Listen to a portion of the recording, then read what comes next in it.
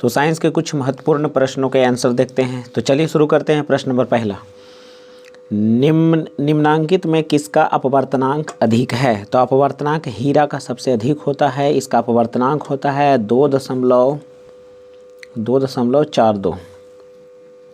ठीक है, हीरा का अपवर्तनांक सबसे अधिक होता है। प्रश्न नंबर दूसरा कहता है, प्रश्न नंबर दूसरा, अवतल दर्पण की फोकस दूरी कैसी होती है? तो अवतल दर्पण की फोकस दूरी जो होती है ऋणात्मक होती है, माइनस में होती है। क्लियर है। अगला प्रश्न कहता है कि किस लेंस की फोकस की संख्या जो है, किसी लेंस की फोकस की संख्या जो है कितनी होगी? तो 2 होती है। लेंस की फोकस की संख्या 2 होती है। दाढ़ी बनाने में कौन सा दर्पण का उपयोग होता है? तो दाढ़ी बनाने में जो होता है वह अवतल दर्पण, कौन दर्पण का उपयोग हम करते हैं? अवतल दर्पण का उपयोग करते हैं। तो किस दर्पण हो गया? तो ऑप्शन नंबर बी होगा, अवतल दर्पण। अगला प्रश्न है, कह रहा है अवतल दर्पण की फोकस दूरी और वक्रता त्रिज्या के बीच कौन सा रिलेशन होगा, कौन सा संबंध होगा? तो F बराबर R/2, यानी फोकस दूरी जो होता है वक्रता त्रिज्या की आधी होती है। अगला प्रश्न कह रहा है कि निम्नलिखित में किस लेंस को अभिसारी कहेंगे? अभिसारी का मतलब होता है एक बिंदु पर फोकसित करना।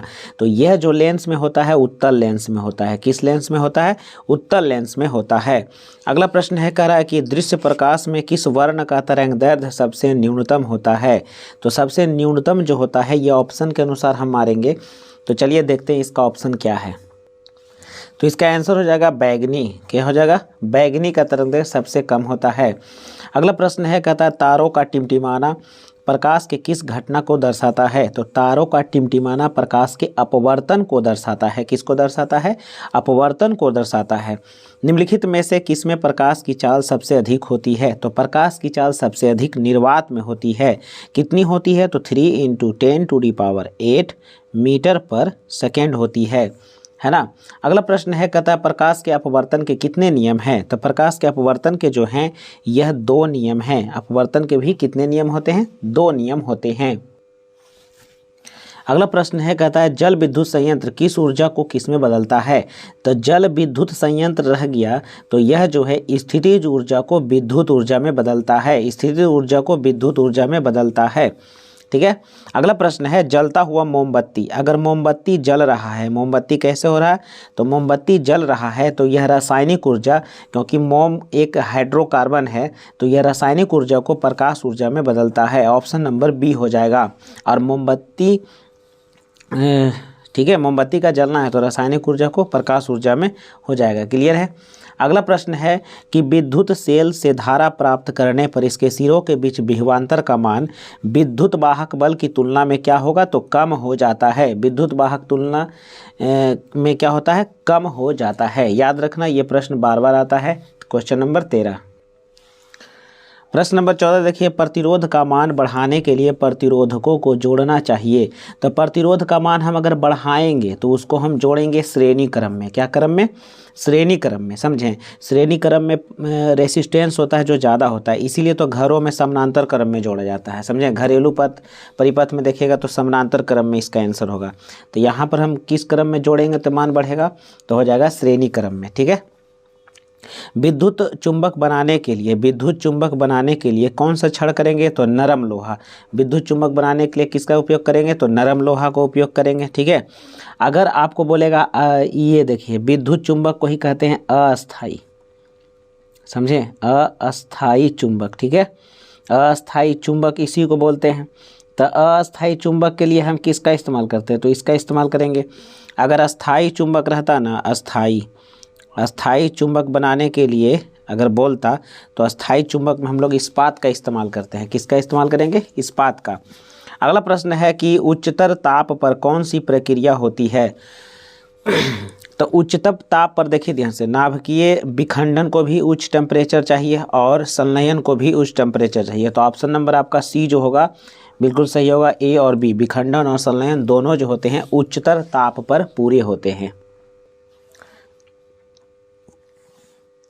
अगला प्रश्न है, सौर ऊर्जा को सीधे विद्युत ऊर्जा में बदलने वाली युक्ति कौन सी है? तो यह होगा सोलर सेल होगा। अगला प्रश्न है पवन विद्युत जनित्र में पवन ऊर्जा की चाल कम से कम कितनी होनी चाहिए? तो इसका आंसर होता है 15 किलोमीटर पर घंटा, लेकिन ऑप्शन में कोई नहीं है 15 किलोमीटर, तो ऑप्शन नंबर डी यहाँ पर मार देंगे। अगला प्रश्न है कह सेल का विद्युत वाहक बल, सेल का विद्युत वाहक बल क्या है? तो ऑप्शन नंबर आपका बी हो जाएगा। सेल द्वारा इकाई आवेश पर किया गया वर्क है, ऑप्शन नंबर आपका बी बिल्कुल सही आंसर हो जाएगा। अगला प्रश्न देखिए ध्यान से, घरेलू परिपथ में मुख्य रूप से किसकी आपूर्ति होती है? तो घरेलू परिपथ में जो होता है प्रत्यावर्ती धारा जो होता है, इसी को हम लोग एसी कहते हैं। यही धारा जो है घरेलू परिपथ में कितना होता है? तो ये हमें मिलता है 220 वोल्ट की ऊर्जा हमें मिलती है प्रत्यावर्ती धारा, ऑप्शन नंबर 1 सही है। वर्ण विक्षेपण असंभव है, वर्ण विक्षेपण यानी नहीं हो सकता है, तो किस में हो सकता है? तो फाइबर में। फाइबर क्या क्यों नहीं हो सकता है? तो ये अपारदर्शी है, ये अपारदर्शी है, इसीलिए फाइबर में जो है वर्ण विक्षेपण संभव नहीं है, बल्कि सब पारदर्शी है। अगला प्रश्न देखिए ध्यान से, वायु में रखा एक कांच का प्रिज्म आपतित किरणों को मोड़ देता है। वायु में रखा एक कांच का प्रिज्म जो है आने वाली किरणों को कैसे मोड़ देता है? तो आने वाली किरणों को कैसे मोड़ता है? तो इसका आंसर देखिए ये होगा, तो इसका आंसर हो जाएगा आधार की ओर। किसकी ओर? आधार की ओर। देखिए इस प्रकार से प्रिज्म है तो ऐसे जाता है, तो ये सारा जो है इस प्रकार से नीचे की ओर मुड़ता है, तो सारा जो है आधार की ओर मुड़ रहा है, नीचे की ओर। ये है कुछ आधार, ये है नीचे आधार, तो आधार की ओर नीचे सारा किरण मुड़ जा रहा है, ऊपर जा रहा था, सारा किरण कहाँ मुड़ रहा है? तो नीचे की ओर इस तरह से मुड़ता है। ठीक है, अगला प्रश्न देखिए, यहाँ पर कह रहा है Zn प्लस जो है O2 प्लस ZnO यहाँ पर बन रहा है, तो इसमें आपका देखिए ध्यान से कौन सी रिएक्शन हो जाएगा? तो इसमें रिएक्शन जो होगा आपका वह हो जाएगा क्या?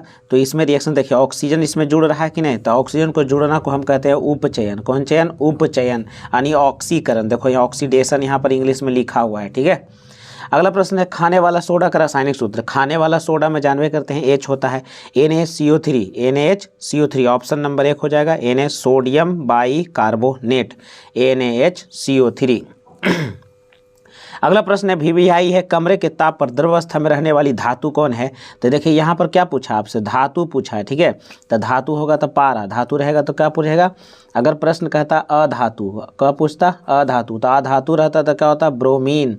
क्या होता? अधातु पूछेगा तो ब्रोमीन होगा। ठीक है,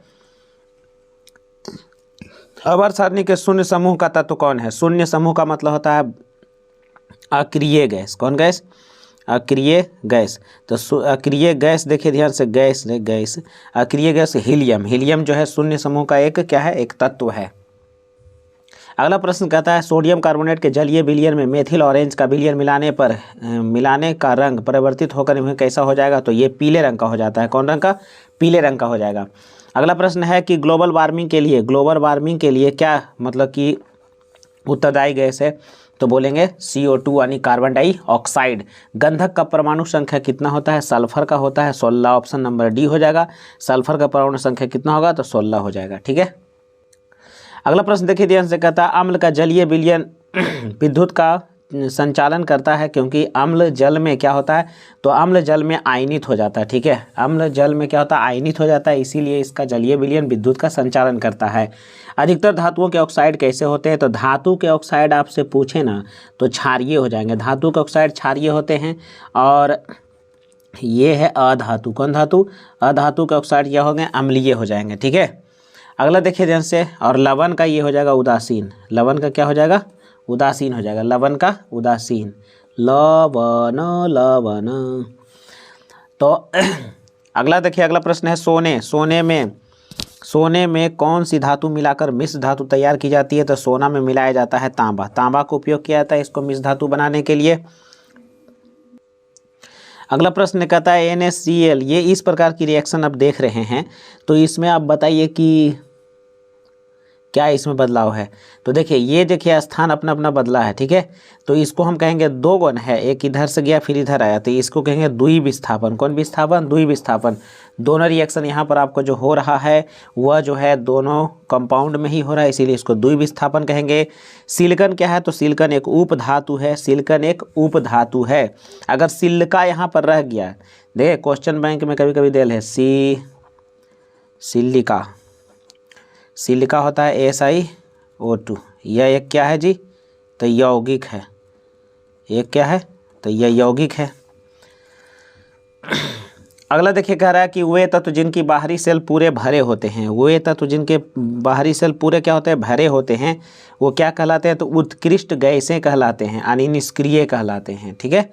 अगला प्रश्न देखिए ध्यान से कह रहा है खड़िया का रासायनिक सूत्र क्या है, तो खड़िया का मतलब होता है, इसको 2-3 नाम है, इसका सूत्र होता है CaCO3। CaCO3।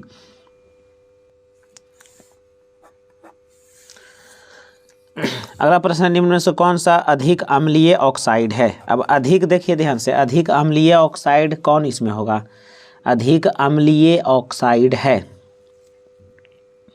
अधिक अम्लीय ऑक्साइड, सबसे अधिक अम्लीय ऑक्साइड इसमें पूछ रहा है। ठीक है, तो ये देखिए इसका आंसर आप देखिए कैसे छाटिएगा। ठीक है, तो देखिए इसमें अम्लीय दिया है जी, तो अम्लीय का मतलब समझिए कि अधातुए रहबे करेगा, समझें। तो यहाँ पर देखिए ये भी धातु है मैग्नीशियम, ये भी धातु है कैल्शियम, ये भी धातु है सोडियम, अधातु कौन है, सल्फर। सल्फर ऑक्साइड है, तो ये क्या है, अधिक को चाहिए, ये एक के वो तो ऑप्शन में है अम्लीय का, तो ये अधातु से ही, अधातु का ही ऑक्साइड अम्लीय प्रकृतिक होता है, तो SO2 हो जाएगा आंसर, SO2 हो जाएगा। ये देखो ऑप्शन से ना खुदे आप समझिएगा तो छाट सकते हैं, समझें, समझे कि नहीं। अगला प्रश्न देखिए ध्यान से, कह रहा है निम्न में कौन एल्काइन है। एल्काइन, एल्काइन का देखिए फार्मूला सभ्य का याद रखिए, एल्काइन होता है CnH2n-2। मतलब अगर यहाँ 2 रखिएगा तो 2 दूना 4, 4 में से 2 गले 2, ऑप्शन 2, ये ऑप्शन सी हो जाएगा। ये एल्काइन है, ये क्या है, एल्काइन का फार्मूला है। अगला देखिए 39 नंबर में कह रहा है कि इसका IUPAC नाम बताइए। ठीक है, तो ये देखिए इसमें जो आप लिखा हुआ है इसको गौर से आप देखिए, एकदम तुरंत आप पकड़ लीजिएगा। देखिए बीच में क्या है, O, तो O से ईथर होता है, ईथर है किसी में, देखिए ये ईथर हो गया। देखिए CH3 को हम लोग कहते हैं क्या, CH3 को कहते हैं मेथिल, तो देखिए यह मेथिल भी आपको मिल गया। बोले C2H5 को क्या कहते हैं, तो इसको कहते हैं एथिल, तो ये देखिए एथिल हो गया, एथिल मेथिल ईथर, यानी आपका ऑप्शन कौन सही होगा, आपको पता चल गया, ऑप्शन नंबर आपका B सही आंसर है। अगला प्रश्न है देखिए निम्न में से कौन सा यौगिक ईंधन के रूप में इस्तेमाल किया जाता है। तो ईंधन के रूप में इस्तेमाल किया जाता है, क्या होता है, एथेनॉल। एथेनॉल C2H5OH, इसे हम ईंधन के रूप में इस्तेमाल करते हैं। अगला प्रश्न है सोडियम हाइड्रोक्साइड के जिंक से अभिक्रिया अगर कौन सा उत्पाद बनता है, तो ऑप्शन नंबर आपका जो है 1 हो जाएगा। ऑप्शन नंबर कौन होगा, 1 हो जाएगा।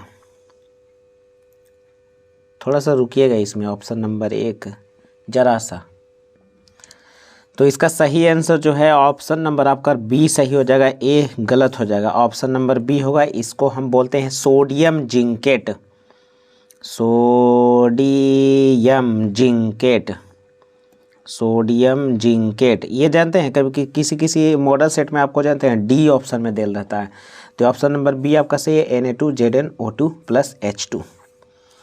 अगला देखिए प्रश्न है, कहता है धोबिया सोडा का रासायनिक सूत्र क्या है। धोबिया सोडा का रासायनिक सूत्र होता है Na2CO3 × 10H2O। ऑप्शन नंबर आपका A सही है, ऑप्शन नंबर A बिल्कुल सही है।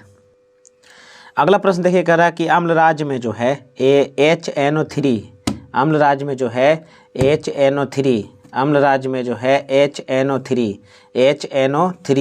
HNO3 और सांद्र HCl का अनुपात कितना होगा। तो इसका जो है सांद्र अनुपात कितना होता है, तो इसका अनुपात जो होगा वह होता है, पहले ये है तो 1 और ये 3, यानी 1:3, और ऑप्शन नंबर आपका 1 सही है, 1:3। अगला प्रश्न है, कहता किस अभिक्रिया में भाग लेने वाले पदार्थ कहलाते हैं। किसी अभिक्रिया में भाग लेने वाले पदार्थ अभिकारक कहलाते हैं। निम्नलिखित में कौन सा अम्लीय ऑक्साइड है। देखिए अम्लीय यहाँ पर क्या दिया, अम्लीय दिया, तो इतना जान लीजिए अधातुए होबे करेगा। तो अधातुए में कौन है, देखिए ये भी धातु है, ये भी धातु है, ये भी धातु है, लेकिन सल्फर क्या अधातु है। ऑप्शन नंबर आपका कौन होगा, D हो जाएगा। ठीक है, अगला प्रश्न है, करा निम्नलिखित में से कौन सा पदार्थ का जलीय घोल लाल लिटमस को नीला कर देगा। लाल लिटमस को नीला कर देगा, तो जानते हैं वो तरीका इसे होता है छोलनी। सी ये छो मने होता है क्षार, ठीक है, और ल से हो गया है लाल, नी से हो गया नीला, नी से हो गया, तो लाल को नीला बनाएगा, लाल को नीला बनाएगा क्षार, ऑप्शन नंबर आपका बी। लाल को नीला बनाएगा कौन? तो क्षार। स्वस्थ शरीर का पीएच मान कितना होता है? तो स्वस्थ शरीर का पीएच मान होता है 7.0 से 7.8 होता है, ऑप्शन नंबर सी सही है। 48 में कहता है निम्नलिखित यौगिकों में कौन जल में विलेय है? तो जल में विलेय इसमें से कौन है? तो जल में विलेय ग्लूकोज विलेय है, ग्लूकोज जल में विलेय है। अगला प्रश्न कह रहा है कि निम्नलिखित में कौन अमलगम बनाता है? तो अमलगम जो होगा वह जो पारा की उपस्थिति होगा Hg, जहां ऑप्शन में देखिए Hg मार दीजिए, Na और Hg। निम्नलिखित में कौन सा धातु जिंक सल्फेट के विलयन से जिंक को विस्थापित कर सकती है? तो यह एल्युमिनियम होगा, ऑप्शन नंबर डी होगा, क्योंकि यह जो है जिंक से ज़्यादा क्रियाशील होती है इसीलिए। ऑक्सीजन युक्त रक्त को हृदय के विभिन्न भागों में पहुंचाने वाली रक्त वाहिनियां को हम लोग धमनी कहते हैं, ऑप्शन नंबर डी बिल्कुल सही आंसर है। अगला प्रश्न है कहता है रक्त के हल्के पीले रंग के चिपचिपे द्रव्य को क्या कहते हैं? तो इसे हम प्लाज्मा कहते हैं, ऑप्शन नंबर सी इसका सही आंसर होगा, प्लाज्मा। कहता है किन पौधों में स्टोमाटा अनुपस्थित होता है? तो यह जल में जो डूबा हुआ रहता है ना, उसी को बोलते हैं, ऑप्शन नंबर आपका बी सही हो जाएगा, जलमग्न हाइड्रोफाइटस यही होगा जो पानी में डूबा रहता है। अगला प्रश्न है किण्वन की क्रिया पाई जाती है? तो किण्वन की क्रिया जो होती है ईस्ट में पाई जाती है, ऑप्शन नंबर आपका बी ए बिल्कुल सही आंसर है, ए। पूर्ण विकसित अंडाशय को क्या कहते हैं? तो पूर्ण विकसित अंडाशय को ही हम फल कहते हैं, ऑप्शन नंबर बी। अगला प्रश्न है कहता है ग्लूकोज का रासायनिक सूत्र क्या है? तो ग्लूकोज का रासायनिक सूत्र C6H12O6 होता है, ऑप्शन नंबर बी सही है। निम्नलिखित में से पौधे का प्रकाश संश्लेषी इकाई क्या है? प्रकाश संश्लेषी इकाई का मतलब अंगक कौन है? तो ये तो क्लोरोप्लास्ट है, ऑप्शन नंबर आपका ए बिल्कुल सही है। अगला प्रश्न कहता है कि अंडो उत्सर्जन का कारण क्या होता है? तो अंडो उत्सर्जन का कारण जो होता है LH हार्मोन होता है, LH हार्मोन, L हार्मोन, ठीक है, इसका फुल फॉर्म भी आपको लिखा हुआ है। निम्नलिखित में से कौन सा अलैंगिक जनन द्विखंडन द्वारा नहीं होता? द्विखंडन द्वारा नहीं होना चाहिए, तो पैरामीशियम अमीबा ईस्ट में तो द्विखंडन नहीं, मुकुलन होता है, तो ऑप्शन नंबर आपका सी हो जाएगा, ठीक। अगला प्रश्न कर रहा है प्राकृतिक में ऑक्सीजन का संतुलन कैसे बना रहता है? तो प्रकाश संश्लेषण के द्वारा बना रहता है। भोजन में पाचन की निम्नलिखित में से किस रस की भूमिका होती है? तो इनमें से सभी रसों की भूमिका एकदम होती है, पीत रस, अग्नाशय रस, आंत रस, सभी की भूमिका है। ट्रिप्सिन नामक एंजाइम पाए जाते हैं, तो ये पाए जाते हैं अग्नाशयी रस में पाए जाते हैं ट्रिप्सिन। आहार नाल का सबसे लंबा भाग क्या होता है? तो आहार नाल का सबसे लंबा भाग जो होता है छोटी आंत है, सबसे लंबा भाग। मनुष्य में पाचन का आरंभ कहाँ होता है? तो मुख गुहा से होता है। अब मुख गुहा में कार्बोहाइड्रेट का पाचन सबसे पहले शुरू हो जाता है। कहता है 65 नंबर में निम्नलिखित में से कौन सा वसा का पाचन है? लाइपेज, लाइपेज के द्वारा वसा का पाचन किया जाता है। ग्लाइकोलाइसिस की क्रिया किस में संपन्न होती है? तो कोशिका द्रव्य में संपन्न होती है ग्लाइकोलाइसिस की क्रिया। अगला प्रश्न देखिए ध्यान से, कह रहा है क्या कि ओजोन परत क्या है? तो हमारे लिए ओजोन परत लाभदायी है, लाभदायी हमारे लिए है, ओजोन परत हमारे लिए लाभदायी है। निम्नलिखित में से फूल में नर प्रजनन अंग होते हैं? तो फूल में नर पुंकेसर होते हैं, फूलों में नर प्रजनन अंग। पौधे में श्वसन के अंतर्गत जो है ATP टूटती है, वह जो होती है 30.5 किलो जूल पर मोल होती है। अगला प्रश्न कह रहा है कि इथाइल अल्कोहल किस प्रकार के श्वसन होता है? तो इथाइल अल्कोहल में अवायवीय श्वसन होता है, अवायवीय श्वसन होता है। रक्त में उपस्थित जो है कौन सी कनिकाएं जो है श्वसन गैसों को ले जाती है, यानी ऑक्सीजन को ले जाती है? तो यह WBC होगी, लाल रक्त कनिकाएं हो जाएगी RBC इसको कहेंगे, RBC, रेड ब्लड कार्पोसेल्स। अगला देखिए ध्यान से, या तो रेड ब्लड सेल यहाँ देखिए लिखा हुआ भी है। कहता है पादप अपशिष्ट जमा होते हैं, तो कहाँ होता है? तो इनमें सभी हो जाएगा, छाल में भी, कोशिकाओं में भी, पत्तियों में भी, सभ्य में जमा होता है। अगला है कि मनुष्य की आहार नाल कौन सा भाग किस एंजाइम को स्रावित नहीं करता है? तो यह जो होगा ग्रास नली, ग्रास नली से भी किसी प्रकार के एंजाइम का स्रावन नहीं होता है। कहता मूत्र की सांद्रता किसकी उपस्थिति पर निर्भर करती है, तो यह ADH पर निर्भर करती है। ठीक है, ADH पर क्या होती है, निर्भर करती है। यह ADH एक ऐसा हार्मोन है जो हमारे शरीर में जल का नियंत्रण भी रखता है। ठीक है, इसीलिए मूत्र की सांद्रता को नियंत्रित करता है। अगला प्रश्न कहता है कौन सा हार्मोन पौधे की वृद्धि के लिए सहायक नहीं होता है, तो ये एब्सिसिक जो होता है पत्तियों को मुरझाने के लिए होता है। ठीक है, विगलन पत्तियों का करता है, इसीलिए यह वृद्धि हार्मोन नहीं है। मानव हृदय एक तंत्र का भाग है, तो मानव हृदय जो है किस तंत्र का भाग है, तो मानव हृदय एक परिवहन तंत्र का भाग है। ठीक है, परिवहन तंत्र, तो इसका आंसर हो जाएगा परिवहन तंत्र, ऑप्शन नंबर डी हो जाएगा। जीव विज्ञान की वह शाखा जो गुणों के वंशानुक्रम अध्ययन से संबंधित है वह अनुवांशिकी है, ऑप्शन नंबर आपका बी सही है। श्वसन क्रिया में निम्नलिखित में से किस गैस को ग्रहण किया जाता है, तो श्वसन क्रिया में हम लोग जो है ऑक्सीजन को ग्रहण करते हैं। किसको ग्रहण करते हैं, ऑक्सीजन को।